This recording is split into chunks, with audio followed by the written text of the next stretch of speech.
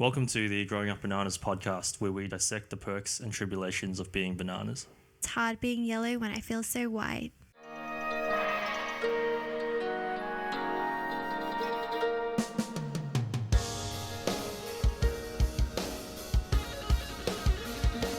My name is Ethan. Alex sits next to me, and in many ways, I sit next to her. What do we have in store today? So today we will be talking about the trappings of looking like an Asian tourist when traveling. And later on, we'll have a very special guest of the show, Barbara, aka Ducky, who'll be joining us on the podcast to discuss just growing up Asian. But for now, let's get the ball rolling. So, looking Asian definitely has its downsides when traveling to, let's say, Europe, even in Australia, to be honest. They, one, assume you can't speak English. They, two, assume that you're part of a larger tour group and that you're probably going to cut lines and be loud and obnoxious. It's just the harsh reality we have to deal with, unfortunately. Yeah, that's true. Can you think of anything off the top of your head that sticks out from our travels? Probably whenever we go to Europe and we're ordering food, it's more like the faces that they make when they realize that, hey, they can actually speak English, but at the same time, they can't understand our English as well because, one, we're Aussie. I don't like to think that I have a very strong Australian accent either, but maybe I'm talking too quickly, so they just get me to point what I want. And they just assume that you probably can't read or write or speak. I was going to say they are impressed that we can speak English. Yeah, a lot of times they are, that's the benefit, but Yeah. we're starting on the back foot already when Yeah. it comes to travel. I remember a couple of times, or one in particular, when we were in South Africa. You might not have been with us that time, but we were in a line.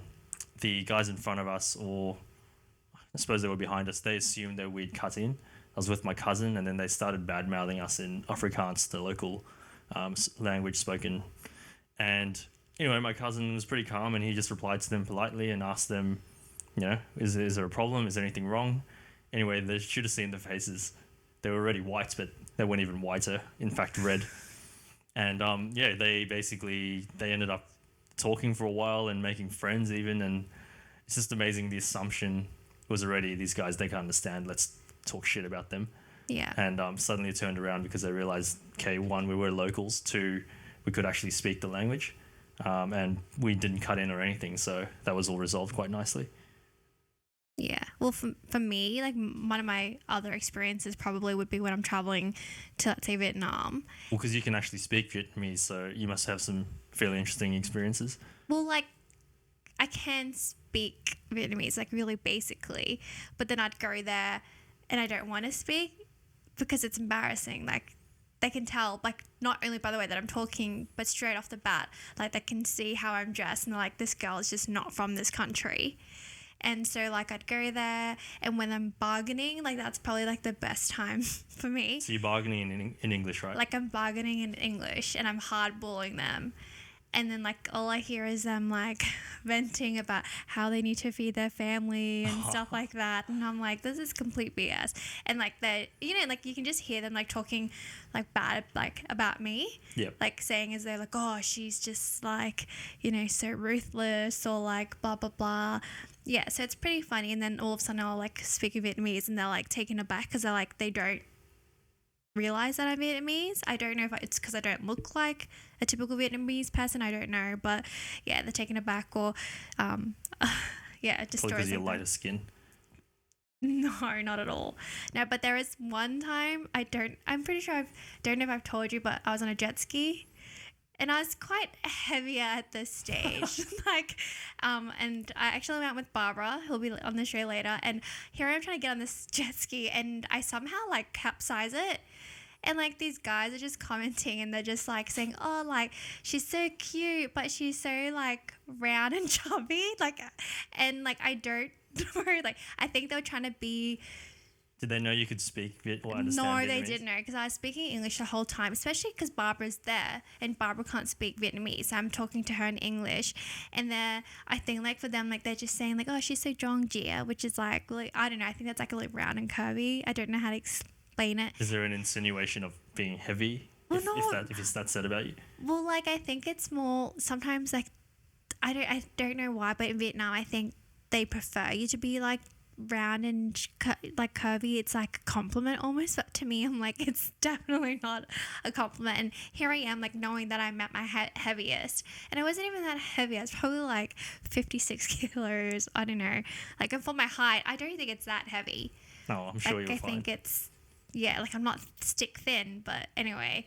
Yeah. So I was pretty offended, and I told my mom, and my mom's just like laughing. She's like, no, it's like a compliment. I'm like, no, it's not. They just called me like round and curvy. I'm so offended.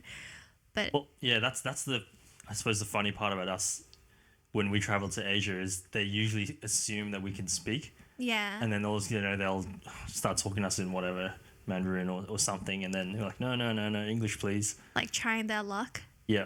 Whereas, like you say, converse to that, when we go to Europe, they assume that we can't speak English. Yeah. So we can never really win. No. Although, like, when I'm in France, it's not that bad. But half the time, the French people can speak English anyway, so it's not that bad. Yeah. I remember that time when we were in Bali with Kevin and Diane, friend of the show. And basically, the whole day, we had these Chinese massive tourist group that were loud. They kind of fit the typical mold, sort of dominating everywhere they went and, stealing all the towels and everything. Well, that's another story. They stole my towel. But the whole time we kept joking and we say, yeah, these guys must be from the mainland of China because they were pretty rowdy. And then Well, just how they were speaking too, like the way that they were speaking and like the behavior, and like it was funny because I could see that we were like trying to sit away from them as though we were trying to be like, okay, like we're not part of them. Yeah, it's like we're with them because we have to be, but really we're not a part of this group. Like we're not, like, I don't know, it's just a weird mindset to have. But we did try to segregate ourselves a little bit, and then we also noticed, like, is this another couple trying to segregate themselves? I don't know. No, I don't even remember that. But oh really? Well, there's like another couple, and they asked us where we were from because no, they were part of it. They were definitely part of it. No, as in like no, sorry, they were a part of it, but I think they were also segregating themselves from the Within the larger group. Yeah, within the larger group. Yeah. And then the theme and the saying of the day was, "Don't go full mainland." And the whole time we're joking about them being from the mainland, and then I remember them speaking to us, and then they said, "Oh, basically, where are you guys from? We're from Australia. Where are you guys from? We're from China." And before we could even get a word in, they said, "We're from the city." To make sure that we knew, or from mainland. We're not from mainland. Or from one of the smaller villages. So that was quite funny. They already knew what we were thinking. Yeah, and we were already like laughing. Like I'm pretty sure, like we looked at each other and all of us were just like laughing because they're like, "No, you're still mainland. Like we still consider you mainland because you're from China." But they're from the city. So but they're from the city. Yeah. But yeah, so I mean, when it comes to traveling, it's like I said, even domestic travel here in Australia, we'll go to an Asian restaurant. They'll give us the Chinese menu. Can't read or can't write or couldn't speak Chinese, so it's useless on me. Again, assuming that can't speak English, then they hear us like, oh, okay, yeah, and they talk to us in English. So it's a tricky situation to navigate. Yeah, it is. But it's fun at times. It can be fun. Well, sometimes, yeah. I mean, if we more have it as a joke, I think people in like our parents' generation might be offended to a point. True. But no, that's pretty much it. I think just to sum it up, traveling as an Asian or someone who looks yellow on the outside, white on the inside, the old bananas. Doesn't help when I do that. We can definitely get stereotyped. Yeah. Good and bad, but it's mostly bad. So we've got Barbara coming on. Going to be a fascinating chat with her. There's so much to unpack. I mean, I think just talking to her before, it's probably going to be a double episode just with what she's going to talk about. So really looking forward to that. Anything you want to say before we get into it? No, I'm just excited for everyone to hear her story and how she grew up. Like similar upbringing. Hopefully she can also, like, it resonates with other people who have a similar upbringing and just her take on how it's shaped her. So I think it'll be good. Too easy. Let's do it. Yay.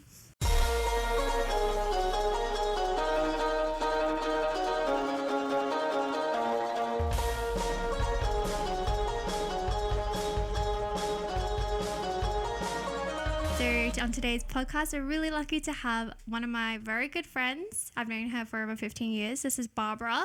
Um, otherwise known as Ducky on Instagram, if you want to follow her. Doesn't have any no posts, but That's okay. yep. But thanks for joining us today, Barbara. Today we're just going to be talking to her about, I guess, growing up in Australia, what it was like, because she was born and raised here. So how are you today, Barbara? Good. That's good. Yes. So I guess let's start from the beginning. So your family, where did your family originate from? My dad's from Vietnam, but he's Chinese Vietnamese. My mom is from Hong Kong, but grandparents, they're all Chinese, fled during war, whatnot. But yeah, so. So would you say you're more Chinese than Vietnamese in terms of the influence? Yeah, so predominantly more Chinese. Despite that, I feel that my dad's side of the family is Vietnamese. They don't really embrace it as much as they do. They didn't kind of deny it more than anything else. They'll strictly say that they're all Chinese. They only borrowed the land of Vietnam to be, born in or born on. Jeez. But they're not Vietnamese at all. Is there a reason for that? I don't know. I've never really asked them, but throughout history, they've always told me there's nothing Vietnamese about them or me or, no learning Vietnamese, no doing anything Vietnamese. They don't really encourage us interacting with Vietnamese. Like, I think there's a strong history behind it, but... Yeah, there must be something. Because, I mean, I've known you for, 12 years or something, and I've never thought that there's any sort of inkling of Vietnamese in your culture. It's kind of funny, though. Like, my dad, his family, they all know Vietnamese. They have a lot of Vietnamese friends. But when you ask them, are you from Vietnam? They will all say the same thing and say, we're just born there, but we're Chinese. Everyone's trying to shake their jungle Asian. Yeah, I think so. Maybe that's tag. Jungle Asians. I have nothing against the Vietnamese people, but... Neither. Just ended up marrying one. So your childhood then, let's talk a little bit about, I guess, parents, siblings. I know, but for the audience. I've got 2 younger brothers and 1 older sister. Are you guys quite close? I think me and my eldest younger brother were closer. The younger one is about 6 years apart. Yeah, it's quite a difference. It's a little slight difference. I pick up that we have it's like a slight generational gap kind of feeling in terms of upbringing and just the way we were brought up and how he sees things. But overall, I still think our relationship's quite good. Sister, on the other hand, is a little bit iffy, kind of estranged. Don't talk to her much. Yeah. Kind of helps that she's overseas, I guess. Yeah, she's in Hong Kong right now, but we don't talk all too often. Haven't seen her for a good few years because of COVID as well. But even when she comes back, rarely see her, so... And then growing up, was there much rivalry? I know in a lot of Asian families, there can be some sibling rivalry. Rivalry, I don't know. As a child, I've lived life pretty much how I want to be. Like, there was a lot of expectations. You haven't really got caught up in it? Yeah, like, I would say I was lucky to not have cousins the same age as me. I think it would have been worse. Lucky enough, my brother had cousins the same age, so the rivalry was very strong between those 3. The only kind of expectations or rivalry would be imposed by my sister, actually. Like, she had a lot higher expectations opposed to my mum or my dad. So it wouldn't be rivalry, but it's more just really high expectations. Can you think of any example or anything off the top of your head that kind of speaks to that? Education, just simply, like, first, it was kind of odd because my sister kind of felt like my mother more than my mother felt like my mother. Right. My dad, in terms of, like, culturally, he's got that strong, manly kind of... alpha leader of the family. Yeah, so everything he says must go. So my mom didn't have much to say. And I think my sister kind of adopted that attitude from my dad. So from a young age, everything had to go her way or no way. So in terms of education and sports or anything we had to meet her expectations, but not my mom's. Right. It's kind of odd. So rivalry-wise, I didn't have anyone to be. Being compared to would be to her, but based off her standards. Yep. But yeah, like, just education. Like, if she gets an A, I had to get an A. If she did well in sports, she'd expect us to do well in sports. even though like I enjoyed just chilling, playing games, doing my own things, it wasn't standard for her, which she wouldn't allow. So if you wanted to play computer for an hour, half an hour, you'd have to exercise for 1 hour because that was her hobby. But And this is coming from your sister. yeah, and Right. her hobby was imposed on us as an expectation for some reason. But So you don't know why she was like, I never really that. asked her. Maybe I should because now we're older. But as a kid, I really hated it. Actually, I think I spite her in the sense that just like whatever you want me to do, I won't do it. So I would always do the opposite. So the more she told me to do sports, the more I just sleep. and your age gap is not even that. Yeah, my much. sister's only about 20 months older, so about a year. My younger brother's also 1 year, and the youngest is 6. But Would you think it's just, or do you think it's maybe to do with maybe how she wanted your parents to be on her, like that, just placing that expectation on you guys because maybe she wanted that pressure from your parents, but she wasn't getting it, perhaps? it could have been. As I said, I guess I should have asked her a little bit more to understand her, but coming just from my view, very biased, obviously, it wasn't an enjoyable experience. It just felt very one-sided. Like, if dad was home, then everything had to go dad's way. If she was home, everything had to go her way. And that's basically how I lived life for like the first 15, 16, 17, 18 years of my life. She sounds like quite a dominating and I suppose high achieving sort of woman. Is that? That's what my sister is. Me, I had those expectations, but obviously if you don't achieve anything, they don't expect anything, right? Well, actually, Being too harsh on yourself? I found it actually funny. Like, that's the mindset I actually had, though. Like, if I just skim past everything, I technically passed, but I didn't have to be a high achiever. I found more joy spiting my sister by getting bad grades or doing bad things. Everything opposite of her. Whatever she wanted to do, I would do the opposite. Just to spite her, I guess. Jeez. And It's, my mom was strict, but she didn't have the same authority as my dad or my sister in terms of imposing anything. So I wasn't scared of her as the typical like tiger mom or anything. My dad, he had the mindset of always working, bringing money, feeding, sheltering, like, you know, just having a good family, looking after the family. So he just hoped that we would do good in school, but he didn't drive us to like straight A's or anything. Like, yeah, all those were, I think, I would say pretty much imposed by my sister. My mom would say get better, you know, get more A's, but that's because of my cousins, or it was more imposed on my younger brother opposed to me. Yeah. They looked at me and they're like, oh my god, can't deal with this one.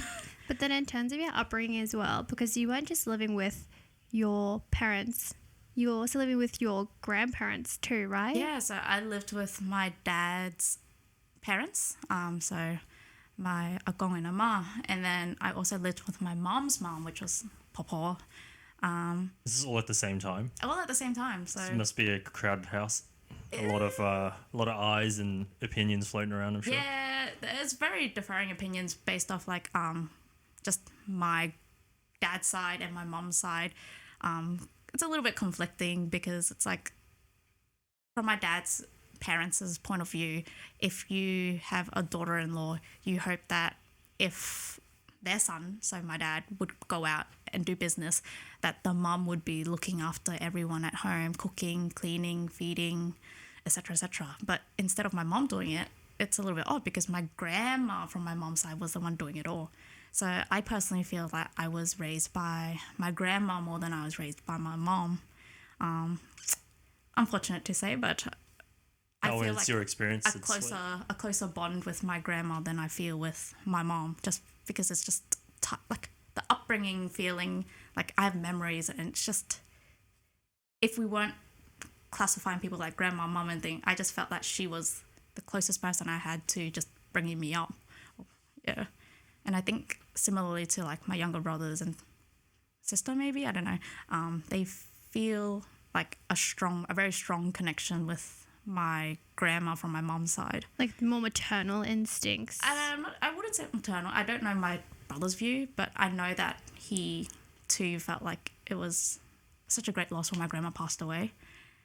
And so you can see the impact of a person throughout your lifetime when they pass away. And yeah, but we all lived together, but my grandma's the one that did most of the what I felt the motherly kind of, looking after chores and everything. Dad had the typical go out, find money. Grandparents, they just stayed there. Like, they also had the kind of, they didn't have the mindset, but my dad had the mindset. We all had to live together as a family, and I, as a son, would go out and find money and look after you and raise you until, your time comes.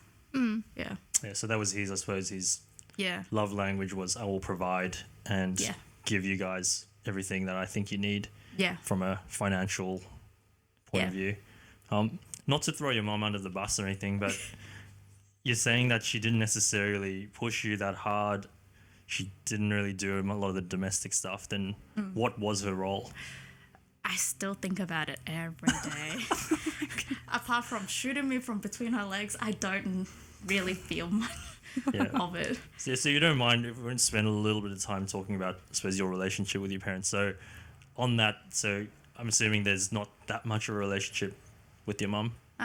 To my mom, I think I don't particularly feel in a certain way for her, I guess. Not as much of a strong bond as I do to my grandma. Yeah. So basically, like, my dad, even though he wasn't at home often, but as a kid, he would always bring back toys and food. I guess as kids, you're right, pretty Easily simple, bought. right? Easily, bribed by things and everything, new Game Boys and everything was pretty cool. But those were like one of the best memories, even though, Dad has up and down times, gets stressful and whatnot, but it's still good memories. He came home with always like, candy, food, games, whereas he wasn't at home at much. But my mom was always at home, but I never felt that kind of joy when she was around. It just felt like she tried to be a person that tells you what is right and what is wrong, but she never really guided me in a way to learn what is right and wrong. Like, she'd tell you what's right and wrong, but she never let me kind of explore what was right or wrong. She never let me kind of do things. Like, it is a little bit odd. So sometimes it's like, when you see her, she doesn't cook, she doesn't clean, or it was mostly done by my grandma. You just feel like, oh, what's your purpose? Like, I don't really know. Like, but yeah, so my bond with her is just like, you're there. As I grow older, I appreciate that she's done small things, like sometimes when you're working and, she brings you food, even though it might not be the best meal, but it's still food, right? Like, I appreciate her efforts as I grow older, but if I reflect from when I'm younger till now, I don't really, I can't compare her to what my grandma has done or given to me. Yeah. It would have been interesting had your grandmother not been in the picture, maybe your mum would have had to step up, or who knows. Or I'd be dead. Can't be that bad. And then my second thing on that is, so obviously you got 4 or 3 siblings, so there's 4 of you. Yeah. Have you spoken to your siblings about this relationship with their mum? Is it the same across, or is it just your experience? I guess it's a little bit odd. We don't actually really talk about our feelings within the household at all. So even to my mum or dad, we don't express love or anything. Like, if I want to express gratitude, I do things for them, or I buy them things, what I think is good for them. Like, I do things, but I don't think we've really expressed in terms of feelings, sat down and talked about how I feel, how you feel, like, how has this all become and whatnot. Yeah, never. Even amongst my siblings, I think when we sit down and we start talking about ourselves, it's just like we rant and stuff, but we don't really go, oh, how are you feeling? Like, oh, how do you think about this? How do you think about that? Even if we do, it's just a general conversation, but we don't really dive deep in terms of opening up ourselves. Yeah. I think it's just a oppression kind of thing. Like, from when you're young, when you cry, people tell you don't cry. If you laugh too loud, it's like, don't laugh, If you hate someone from internally. Like, everything has always been very suppressed. And even now, so it's like showing emotions sometimes gets a little bit weird, especially on a deeper or personal level. Yeah, I mean, it is a sort of a more modern thing where people are starting to talk a bit more about how things are impacting them and how they're feeling mentally. So possibly that's what you guys have grown up with, and it hasn't sort of translated. Yeah, it's definitely like that. Like, just do what you're told to do. Speak when you're told to speak, like, but don't talk too much, don't do too much, or like, oh.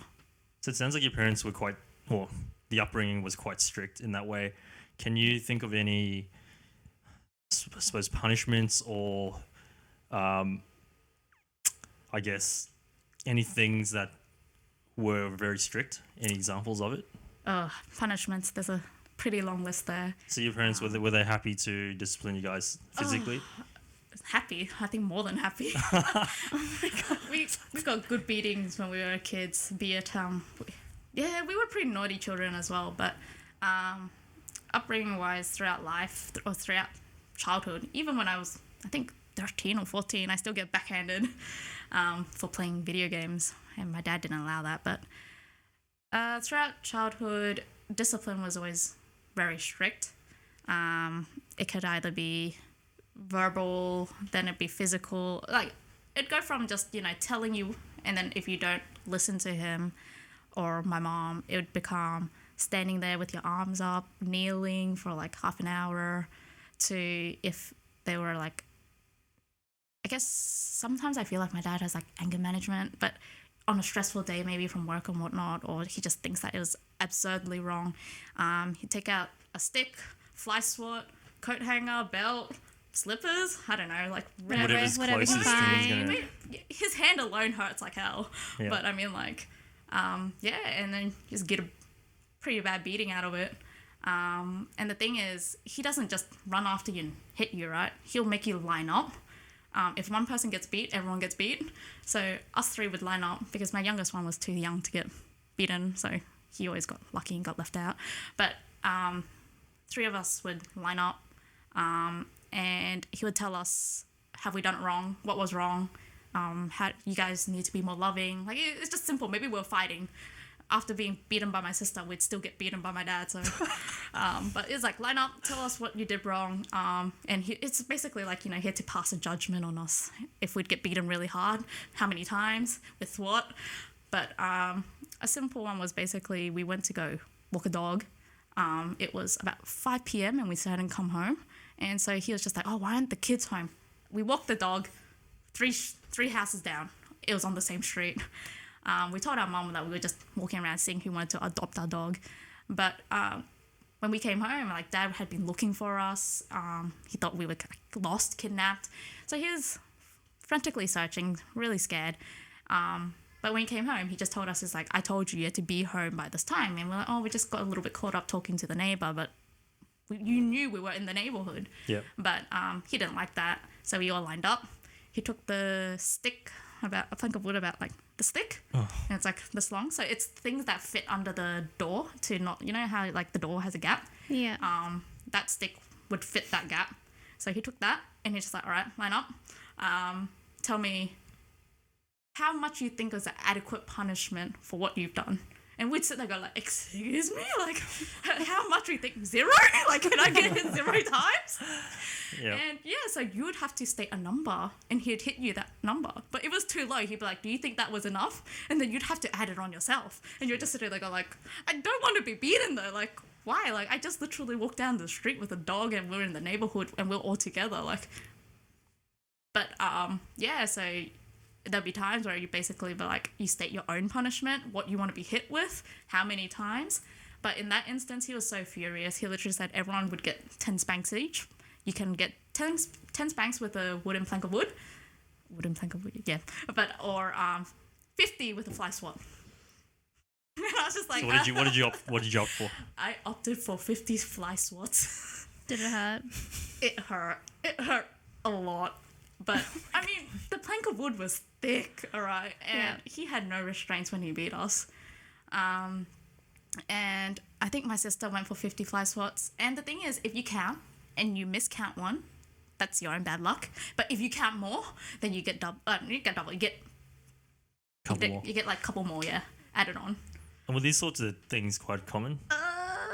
More common than I'd like to say it was. Do you think it's got something to do with how your dad was raised? Is that... No, so I've asked my aunties and uncles, right? And I was just like, did your parents beat you a lot? Like, did grandma, grandpa beat you a lot? And they're like, no, we had a really good childhood. What are you talking about? But it could have been like the military and just the upbringing of them, because all my cousins from my dad's side, so all my uncles, they all beat their children in a similar manner.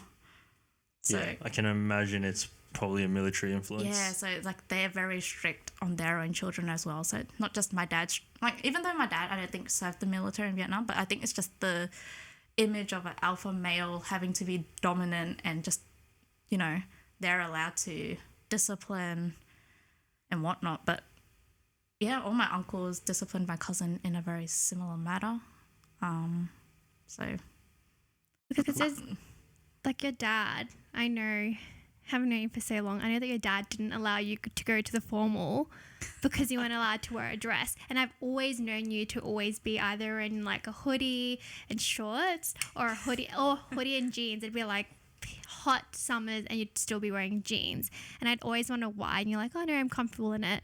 But then when you told me that your dad wouldn't let you wear a dress, I'm like, is the way that you dress also the reason why? Like the way that you dress, is it because of your dad's influence or? I would say so. I'm comfortable now, but I think it's always just because of how I've grown up to be. As a kid, funnily enough, I actually used to love doing my hair, playing with like nail polish, makeup, and just being girly. I actually enjoyed being girly. It was a little bit weird, very different from what I am now.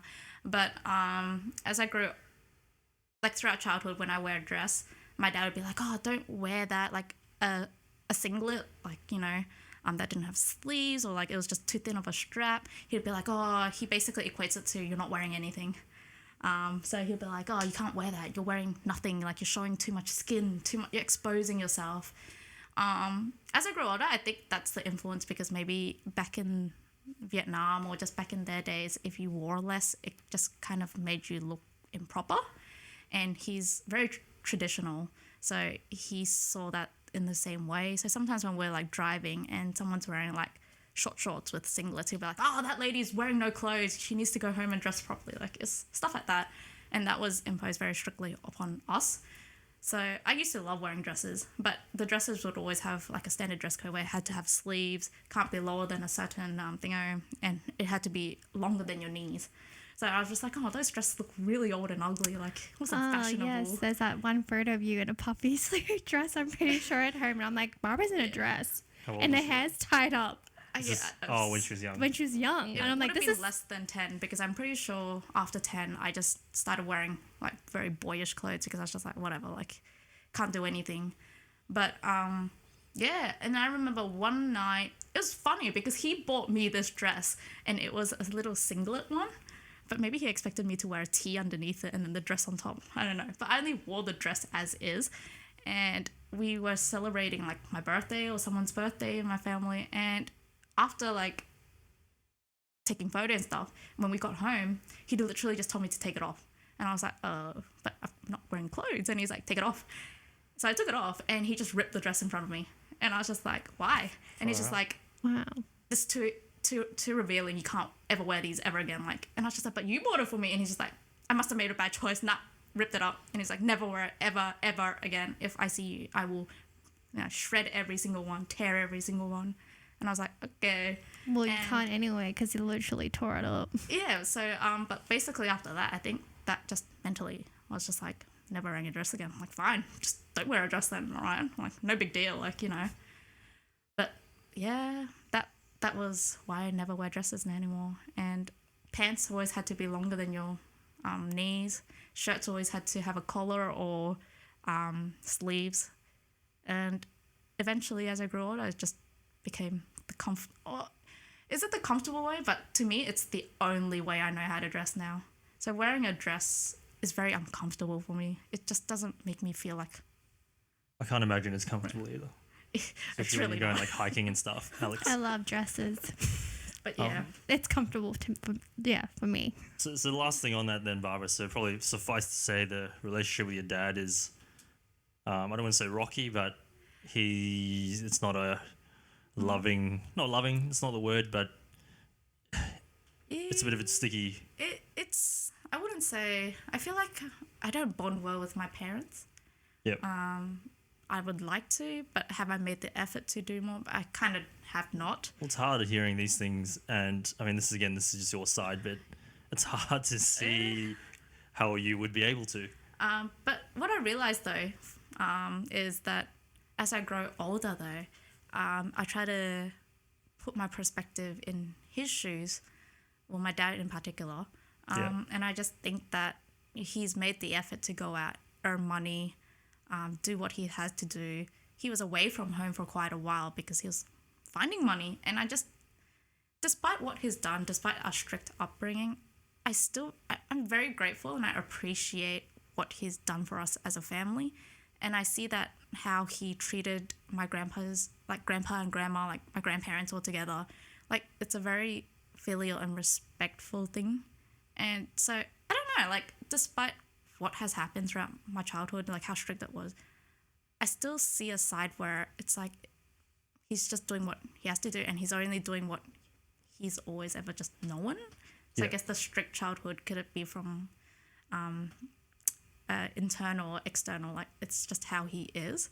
I'm not accepting that beating us like to a pulp was a good thing, but I think he just doesn't know how to express it any other way. Like, I guess I'm just trying to find an understanding as to why we were beaten so much or so harshly, and there's not much reason in my head why, like, he did what he did. But I think overall, I'm just trying to see the better side of it and just appreciating that throughout life, it has been sheltered, but at least I've lived a life pretty much free of worries. I never had to worry about not having a roof over my head, having no food on the table. Like, I still got an education. I still got toys every now and then, you know? Like, trying to outweigh the goods more than just the bads as I grow up. As a kid, I resented it. I hated it. Like, couldn't think of it any other way, like, apart from, like, I'd kill my dad, like, you know? Like, but as you grow older, I try to think of it in a different perspective. And you actually grow to appreciate what he's done, opposed to resentment and, you know, just hating him as a person, hating as a struggle. Very, very mature of you to look at it that way. I would struggle to. But let's move on then. So school, what was school like for you? So talking to many guests, and some went to predominantly white schools, some went to predominantly Asian schools. What was your experience like? My primary school life for the first 6 years were so I lived in Acacia Ridge, so it was pretty much a white or Aboriginal, like, neighborhood. Yep. So my dad didn't want me to go to state school. He said kids might be a little bit more rowdy, so he was like, all right, I'll pay. And then I ended up going to a Catholic school. Most people there were white. There were only a fair few, less than less than 5 Asians per class. Yeah. I think my siblings themselves, there's 4, was the majority. 4 off the 5. Actually, my youngest brother wasn't born yet, but our 3, and then I had my cousins. So our household, like family in terms of like cousins and us, was the majority of the Asians in the school, all up. I'm not even talking grade. There were like a few more other, like, I think Vietnamese children that were scattered across the classes. But it's funny because they were also like one family or family and friends. So it's basically 2 big Asian families, and the rest were white.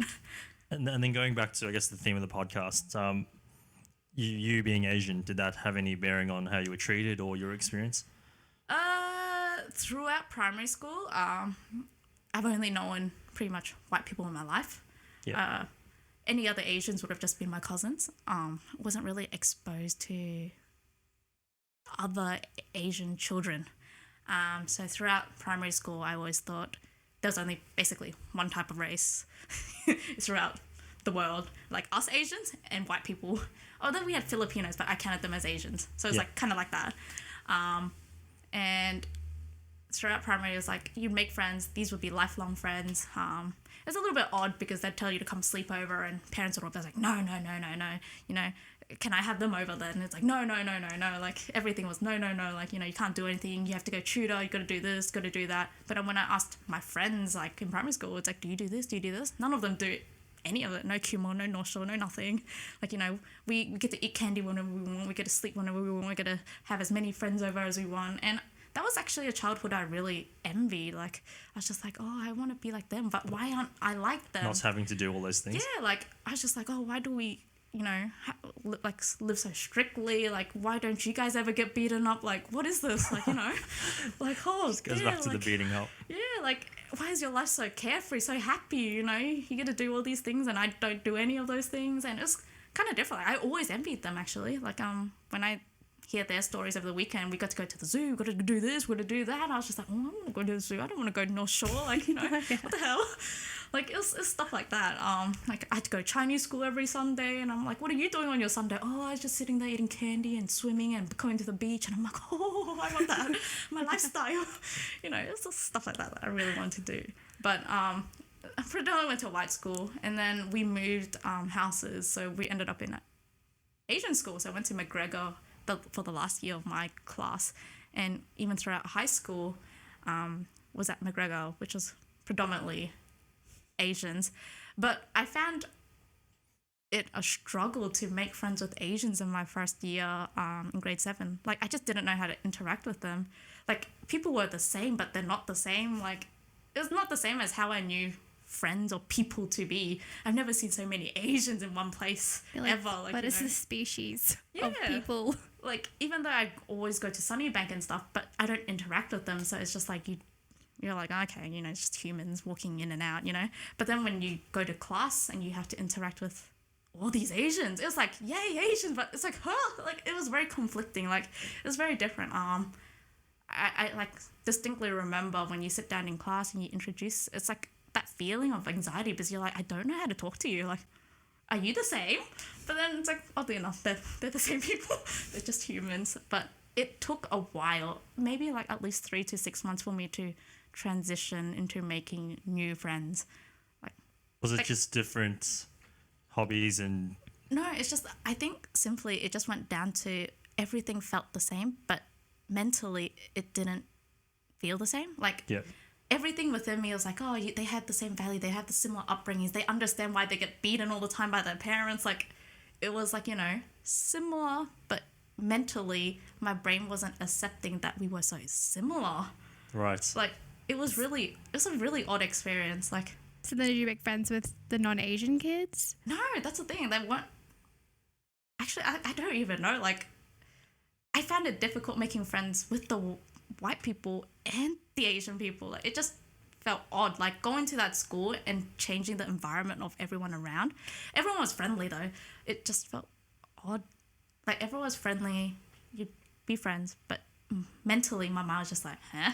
Like, it just wasn't connecting the dots that they have similar values, similar upbringings, you know. And then once you're able to, I suppose, overcome that, then you felt quite at home, and all those things, like you said, the beatings and the tutoring, It felt everything's... like, I think it came, I only started feeling more okay with it actually when I was in high school.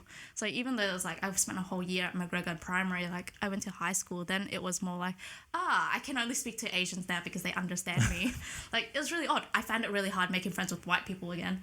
I'm not trying to be racist, but it's just different. Like, when you speak to other people of a similar background, when you tell them, oh, sorry, I can't go out because my dad doesn't let me. Like, it's just, my dad's strict and he won't let me. They understand. Like, they don't go, oh, you know, just jump out the fence and go shopping. It's just different. Like, Yeah. you know, they don't understand. They're like, okay, it's fine, next time.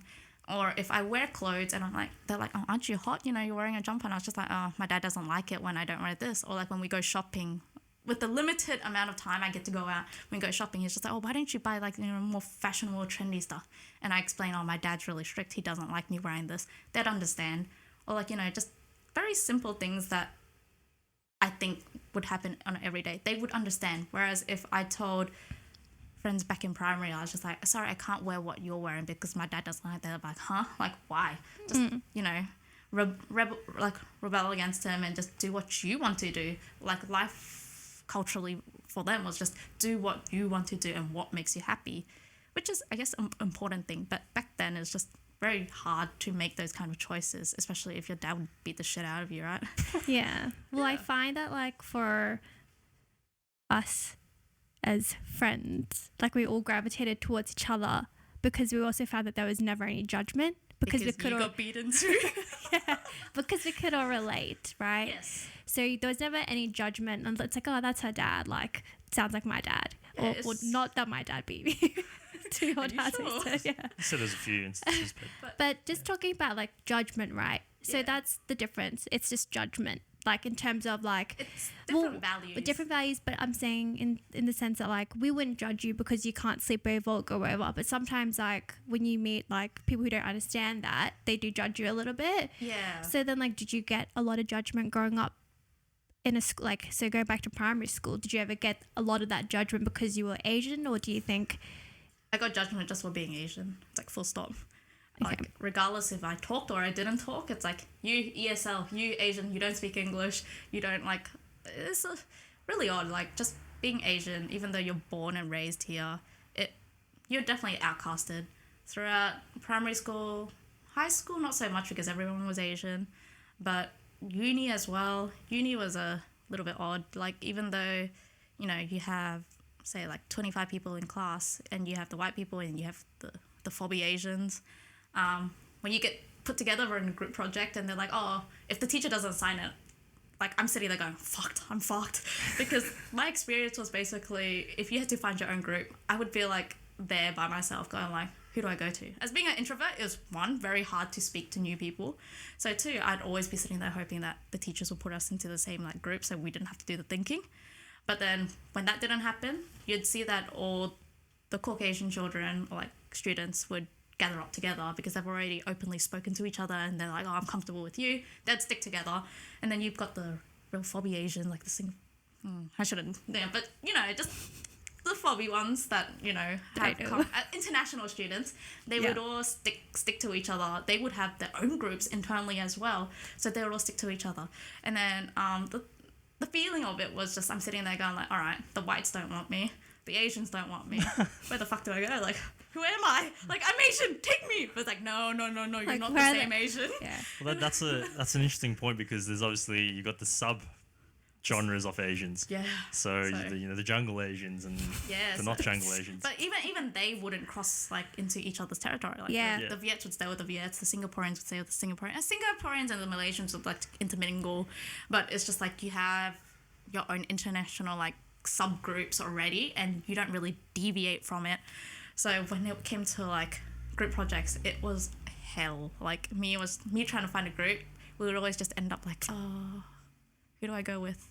And then I end up with like just the ones that either don't speak or like too shy to go out to meet new people. And sometimes it'd be like just downright like just when you're just the only one left there, like the teacher has to embarrassingly be like, oh, okay, well, who wants this one? Like, someone take this one. And I just get chucked into one of like the either all white group or the all phobby group. Like, and then you're just sitting there going, fuck. I wish it was the white group, but it's not. She classed me with the phobs. It's a coincidence. Well, I'm glad you pointed that out because it's such a good point because people see Asians and they put Indians and everyone in the Asian group, but that's not how it is. There's even those subgroups within it. Yeah, and then I guess even from the teacher's point of view, they're like they can't really classify. They don't differentiate Viets from Viets, Singaporeans from Singaporeans. Yeah. Well, I guess Indians a little bit different, but so it's like when they're moving me, they're like, oh, does she go Viet or Singapore? Nah, they're all Asian anyway. Just chuck them in because throughout like the 4 years in uni when I do group projects, I've never been in one white group ever.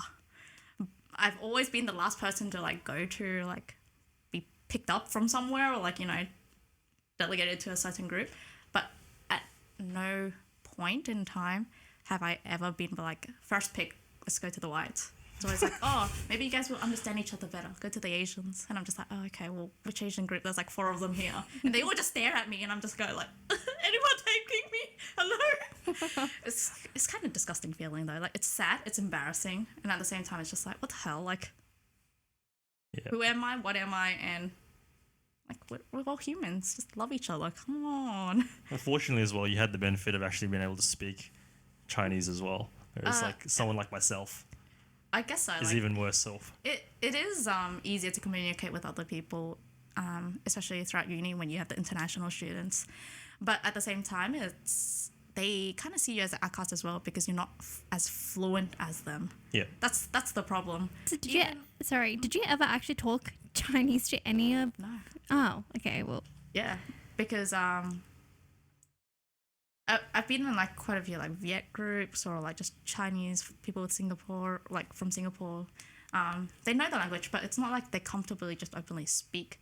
But funnily enough, is they would speak it amongst themselves, even though we weren't present there as a group project. They'd be speaking amongst themselves, giggling, and you're just sitting there going like, what the fuck? Like, hello, I'm still here, hello. Yeah. But you don't know what they're talking because even though they're Vietnamese, and I'm technically Vietnamese, like by blood, I wasn't allowed to learn Vietnamese, and so I don't have a clue what they were saying.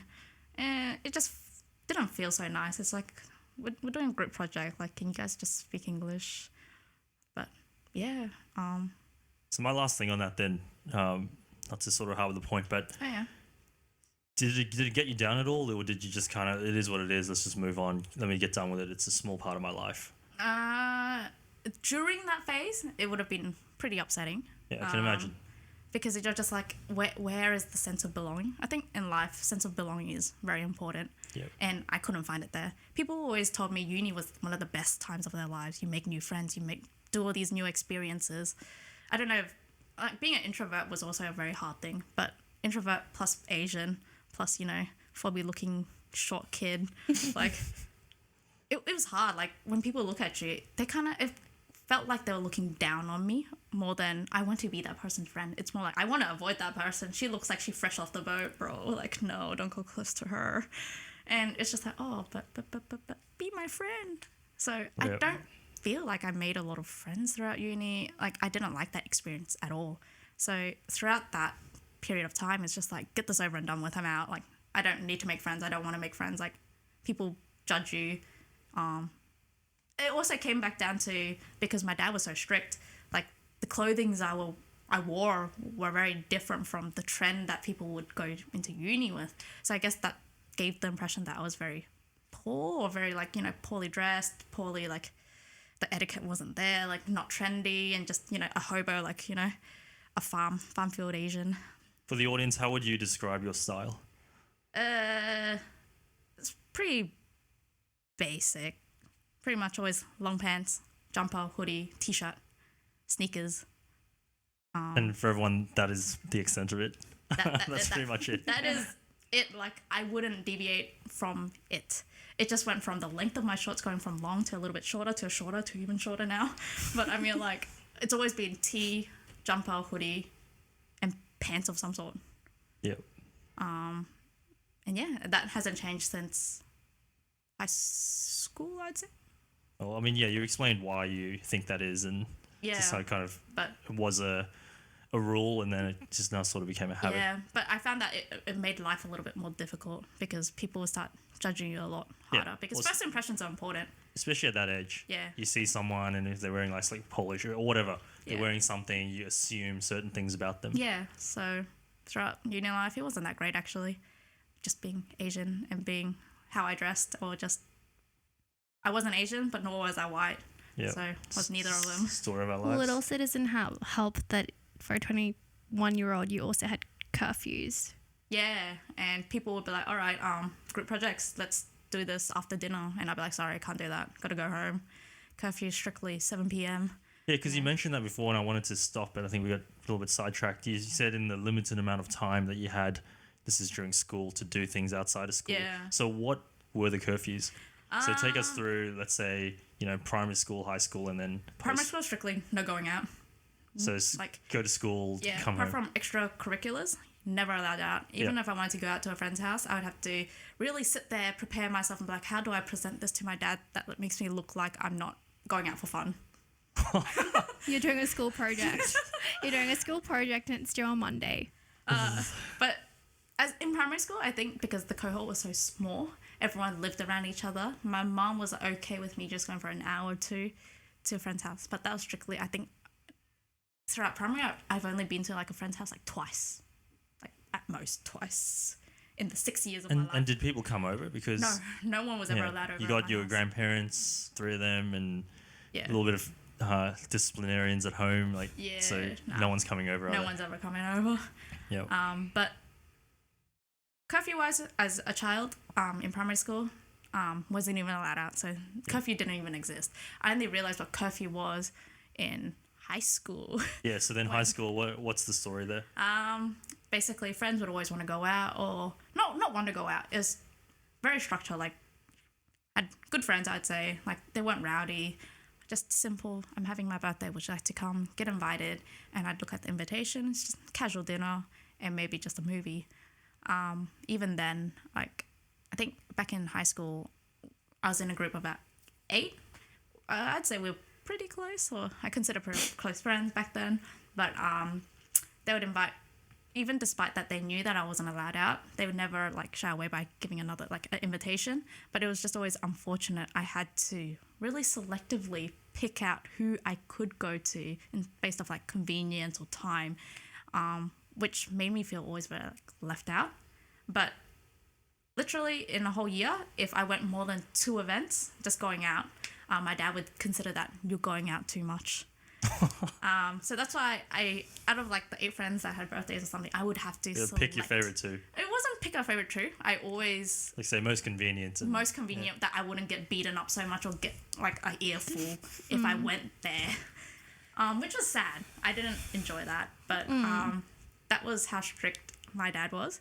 In terms of curfew, I would say high school, grade 8, 9, 10, wasn't ever allowed out. I could only do extracurriculars and then go home. If I met a friend on the way, yay, lucky me, but no going out. It was until grade maybe 10, 11, 12, where my mom just got sick of driving us to school, I think. And my sister also started going like, oh, we can actually take the bus and, So it was for all 4 of you? Yeah. Same rules? Similar, yes. Yeah. I think I would say my sister and my brother got it more lenient. Right. I got more strict because my sister portrayed me as the party girl. You are the the party girl. Definition of the party girl. But She's wild. It's ridiculous. But it was simply because I got invitations or to always go out, even if it wasn't for birthdays. Like my friend would always extend the invitation to go over their house to play. And initially I'd always be like, Dad, can I go? Mom, can I go? And my sister didn't like it. I don't know why, but my sister would tell my dad in a very odd way that made me look like I was going over there to do bad things, or like I had a bunch of friends that were bad influences. And it put that picture in my dad's head that Barbara was always out to play, out to, do something ridiculous that he would never approve of. So never allowed out until grade 10, where we started slowly taking the bus. So I extended my own curfew to about 4 o'clock. And eventually, when I realized I could get away with 4 o'clock, I tried 5 o'clock. And I think 5 o'clock was the max I'd ever try, because 6 o'clock, when the sun sets in my dad's home, oh, no. You get beaten up for that one. And by extending your curfew, she means staying at the library after hours playing on the computers, because that's how we became friends. It can be perceived as a positive activity in your dad's eyes. I mean, it beats going home and just sitting there staring at nothing, right? Yeah. But that's literally how we became friends. The limited time was always just staying in a location that was familiar to my parents. Like, it was Garden City. So grade 10, 11, 12, extending the curfew was 2 hours after school from 3 p.m. to 5 p.m. That was my time, free time. I got to roam till I had to actually take the bus and go home. And then post high school, so in uni, Alex was saying, like, even at 21, you had a curfew or... Oh, yeah. So that was like 7 p.m. Pretty sure it was past even 21. I'm pretty sure it was like... Yeah. Whenever your dad was in town. Yeah, basically. Throughout uni, even though... There's more beatings coming if not. Yeah, so I got beaten throughout my whole life. Even when I was 20, my dad would always tell me or remind me very strictly, even when you're 30, married with kids...